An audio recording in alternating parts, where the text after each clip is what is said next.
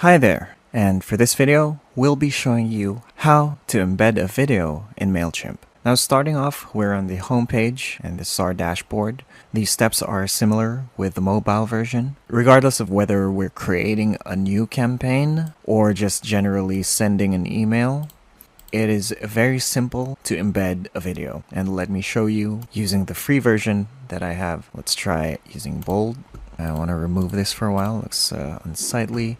All you have to find is the plus icon, and by default it's already opened here on the desktop version, and just drag and drop the video to any position you'd like, in this case where the image was supposed to be, and copy the URL, and there we go.